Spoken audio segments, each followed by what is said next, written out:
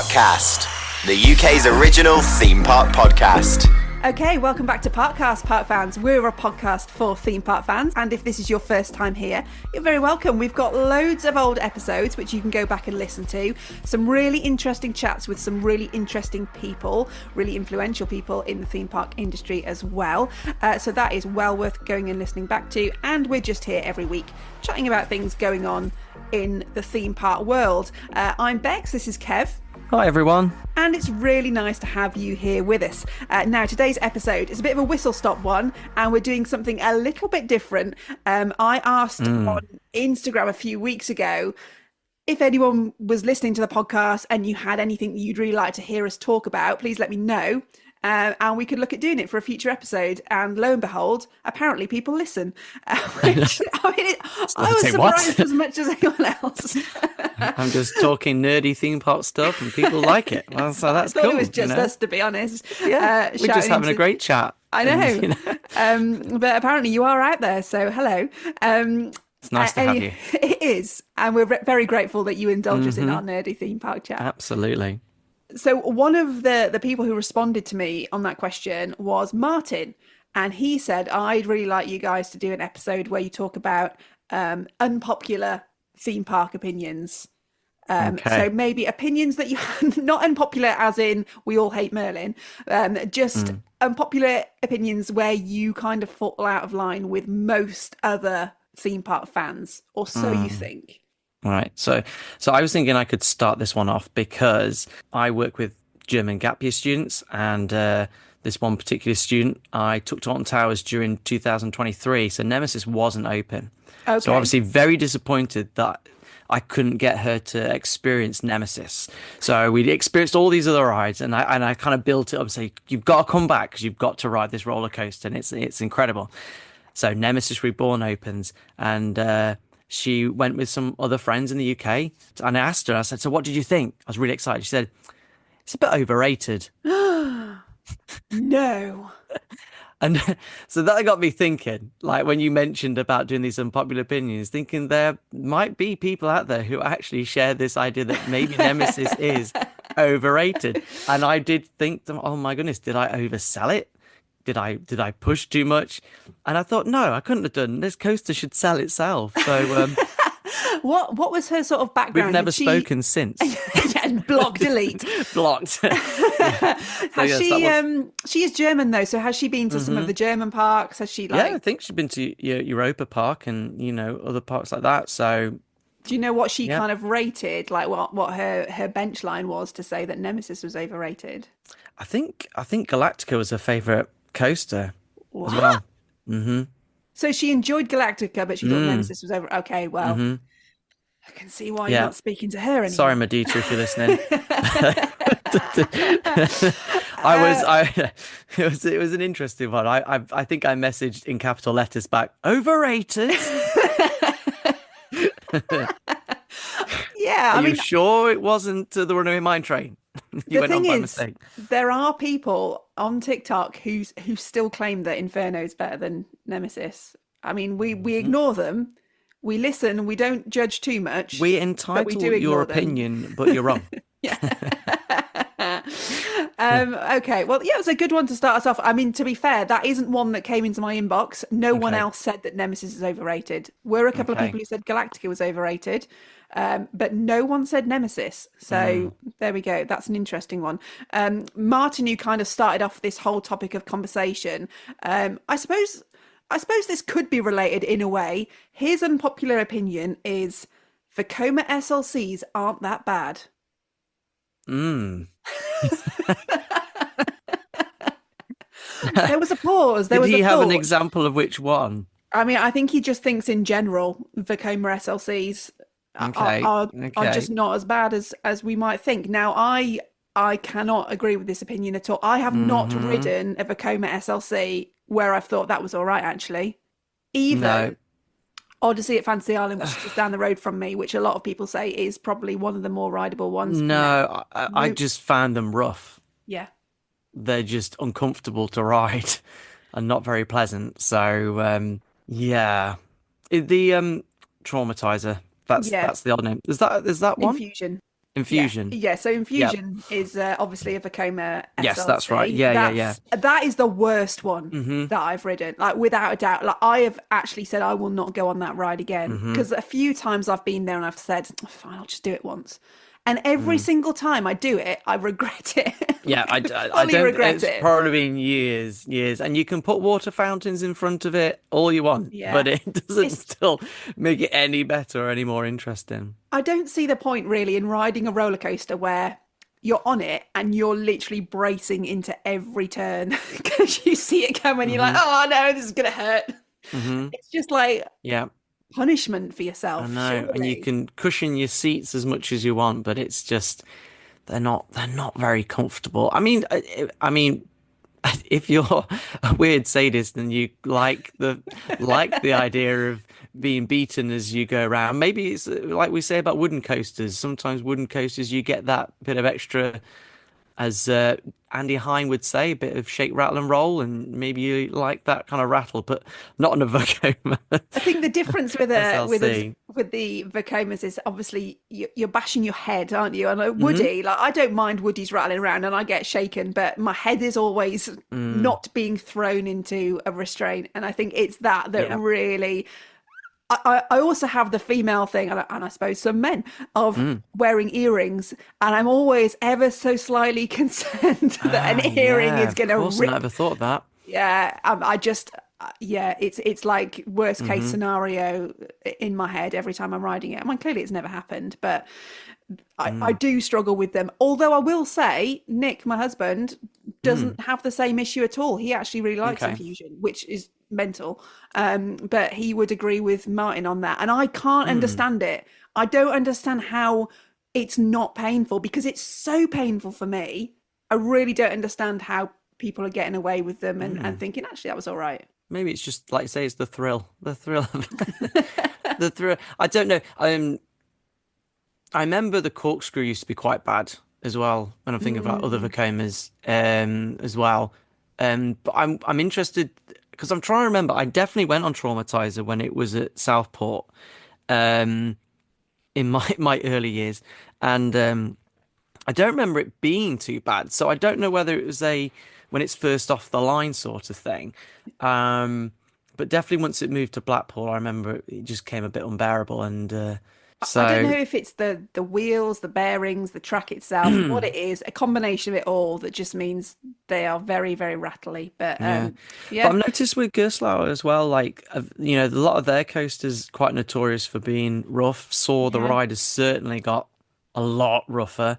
The Smiler's always kind of felt rough. I Nick think the thought the best. Smiler was rough. So for someone who Mm, thinks Infusion's all yeah, right, he thought the last time we were on the Smiler a yeah. couple of weeks ago, he thought it was quite rough. I So think it depends where you're sat. Like front row isn't too bad. If I'm going to sit somewhere on the Smiler, I always prefer to be on the front because it doesn't feel as bad.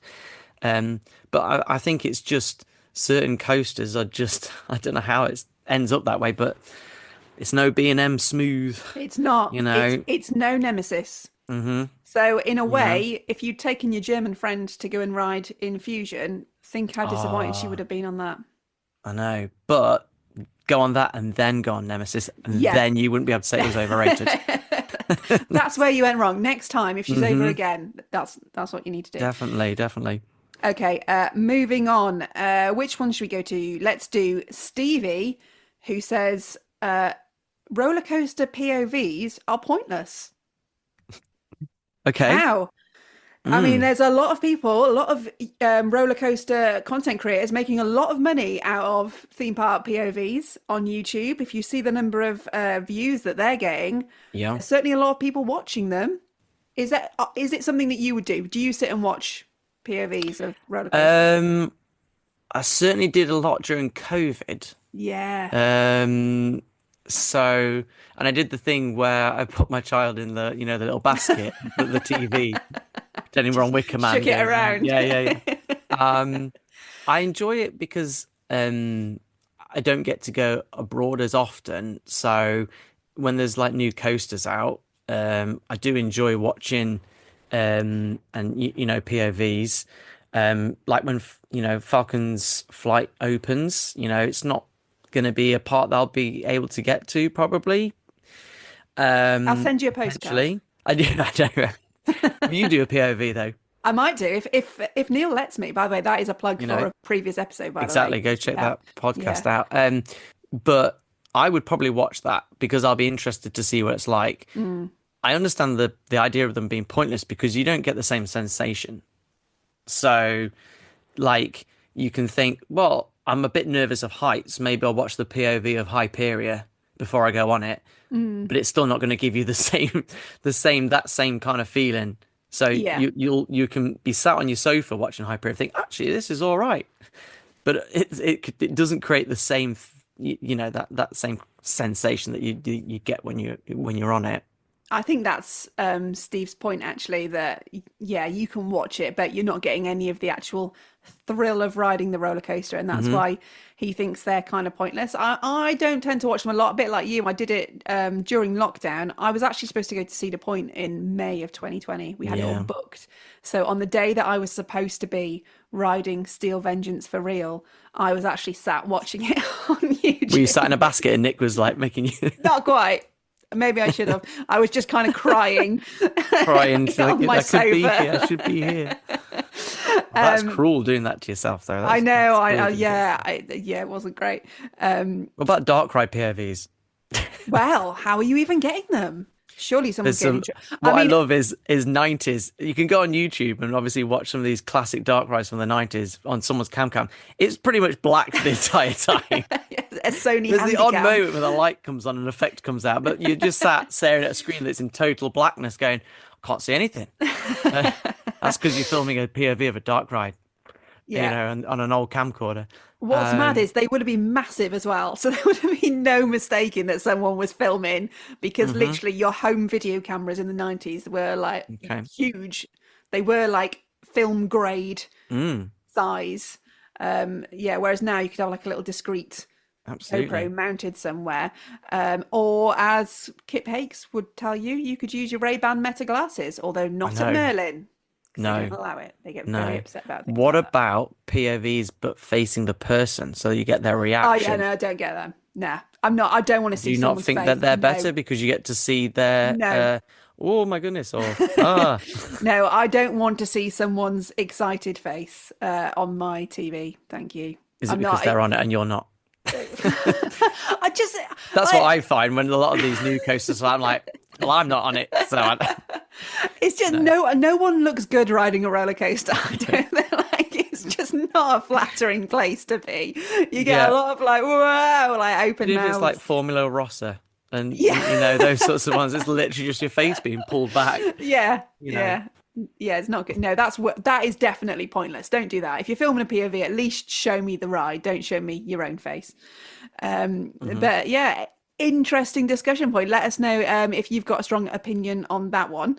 Where should we go to? Jay says, I don't mind Skyride not being open. It leaves further afield areas of the park slightly quieter. Do you know, I've never thought of it like that. Do you mind Skyride not being open? I like the Skyride. I like the Skyride. I like the Skyride.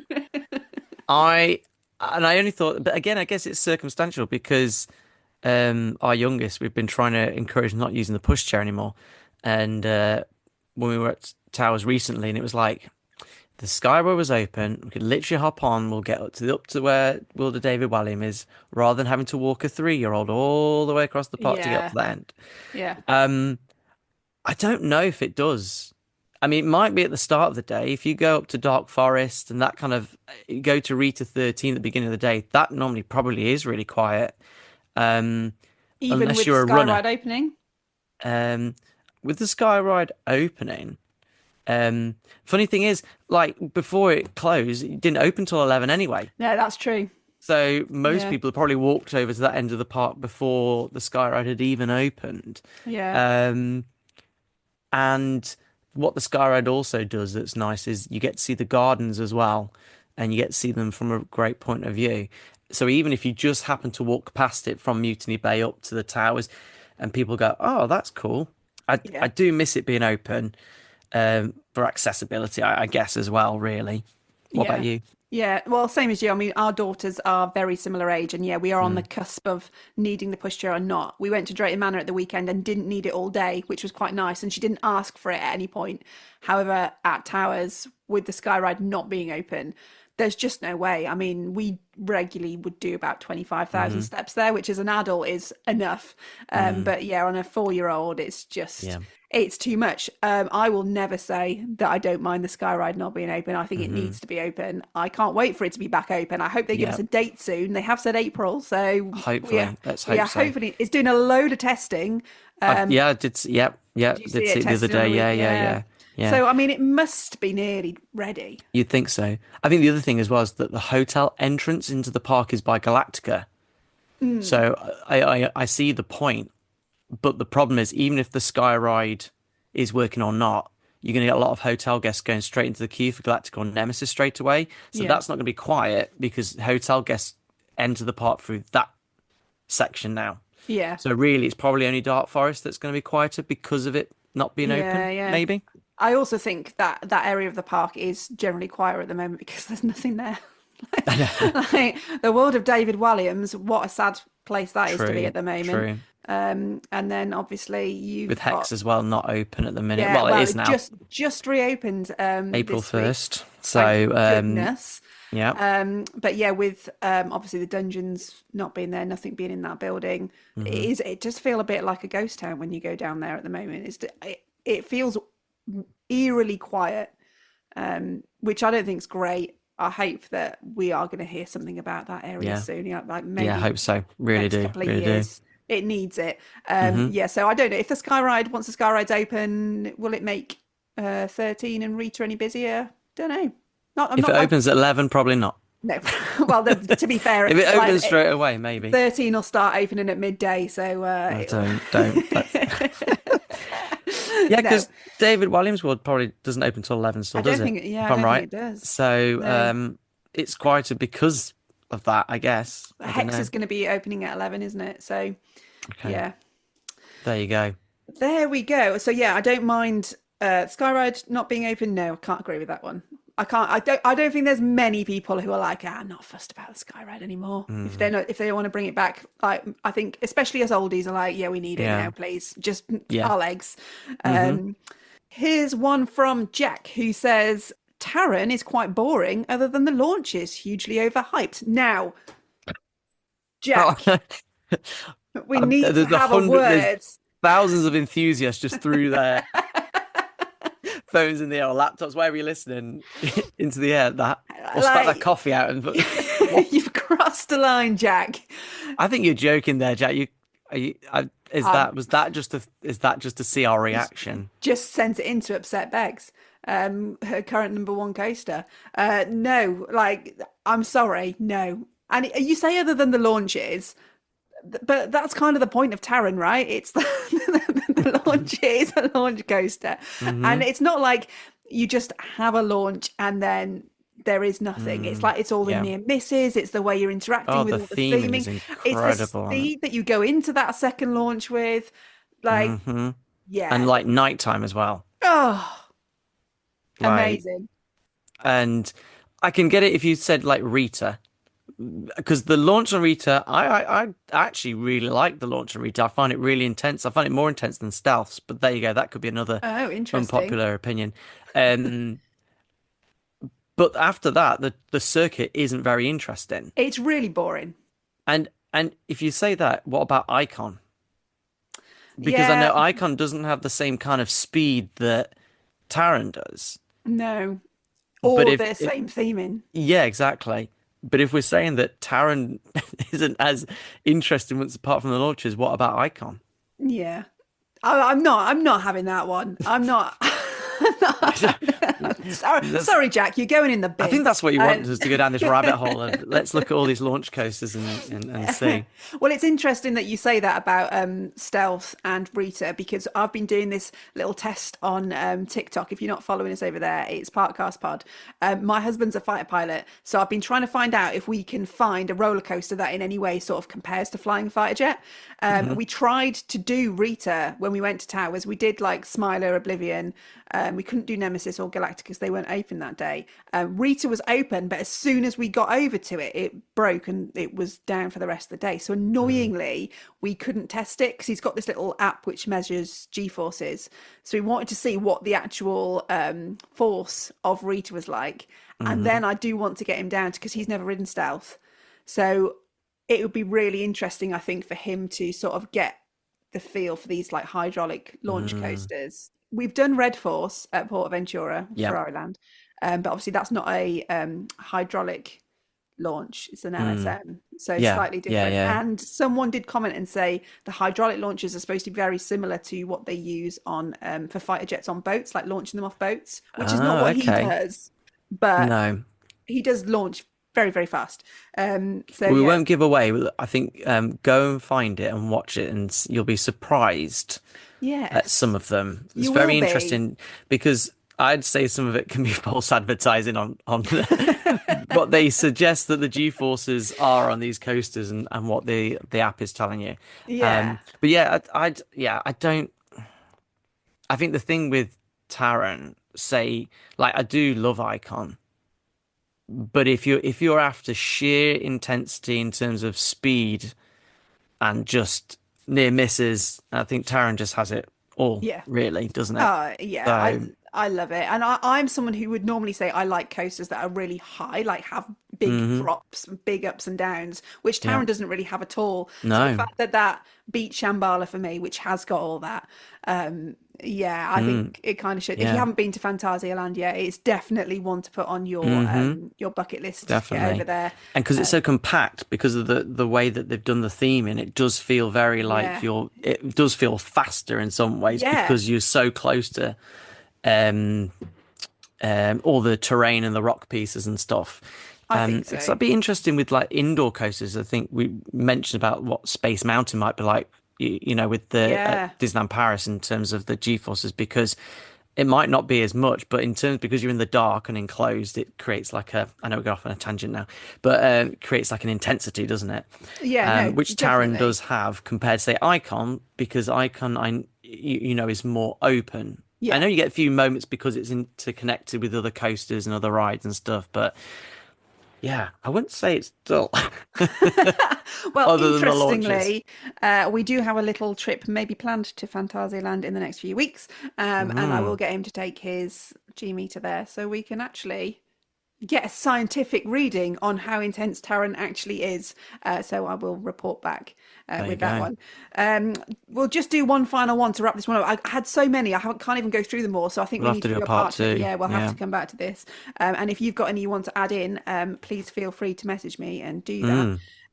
The final one is from Chris from Roller Coasters R Us, who says, on a similar vein to some of the other ones, Hero at Flamingo Land is quite fun. Now, I don't want to speak for everyone in the enthusiast community, but Chris, I think you might be on your own. No, I've never been on it. I'll admittedly. No, I haven't, and I guess I never will, because that may be the first time I've ever heard. Are we going back to this idea? It's fun to be hurt and uncomfortable. We might be. Yeah, I mean, the thing is, for me, I haven't been on either. I've been to Flamingo Land, but it wasn't operating on the day I went. And even if it now was the next time I go, I really don't like the idea of like getting into a sack, like to go on a roller coaster. It's so random. Like I just makes me think of those ones you go down when you go down a helter skelter. When you sit in those little bags. In a sack, something. A bag. Very random. I don't like it. I don't like the thought of it anyway. Even if everyone was like, actually, it's really smooth, I just don't like the thought of that. The fact that everyone comes off it and says, don't even bother, that is the worst thing I've ever ridden. It does surprise me that they've actually like sold more than one. I know. Think, exactly. The parks were like, oh yeah, we'll give it a try. They were rubbing their hands together thinking, I can't believe these idiots bought this. Yeah, joke's on you. It literally is. But I've got to say, I don't think I've ever seen anyone else describe it as quite fun. So no, I mean, there's a whole thing with Digital Dan doing it for a whole day. Was the I point was know. because it wasn't meant to be fun, and it was meant to be for charity. If it was for fun, you know, it would be too easy. hey, get me on, Nemesis all day for fun for charity. No, actually, to be fair, that's quite intense actually after a while. It might be a bit too much. But there we go.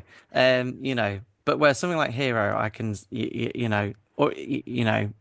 that would definitely be, not pleasant. But it's difficult to say because I've never done it. So maybe you need to do it this I may year. find it fun. Fun is the word that he has used, not even just bearable or tolerable. Okay. He's actually used the description fun. Well, Andy Hine again said if you come off the ride smiling, laughing, you've enjoyed it. You might not want to go around again, but he's obviously had a great time on the ride. So there you go. So he's got your money's worth if you go to Flamingo Land and you enjoy, and have a fun time on Hero. You're getting your money's worth for sure. So there you go. It's different strokes for different folks. If you are listening to this and you agree with Chris and you think Hero is fun, was that fun with a quotation mark? Sorry, the way you said. That's the way I'm saying it. Fun. Fun. He didn't use quotation marks. I think he was being serious. Okay, no, that's good. Right?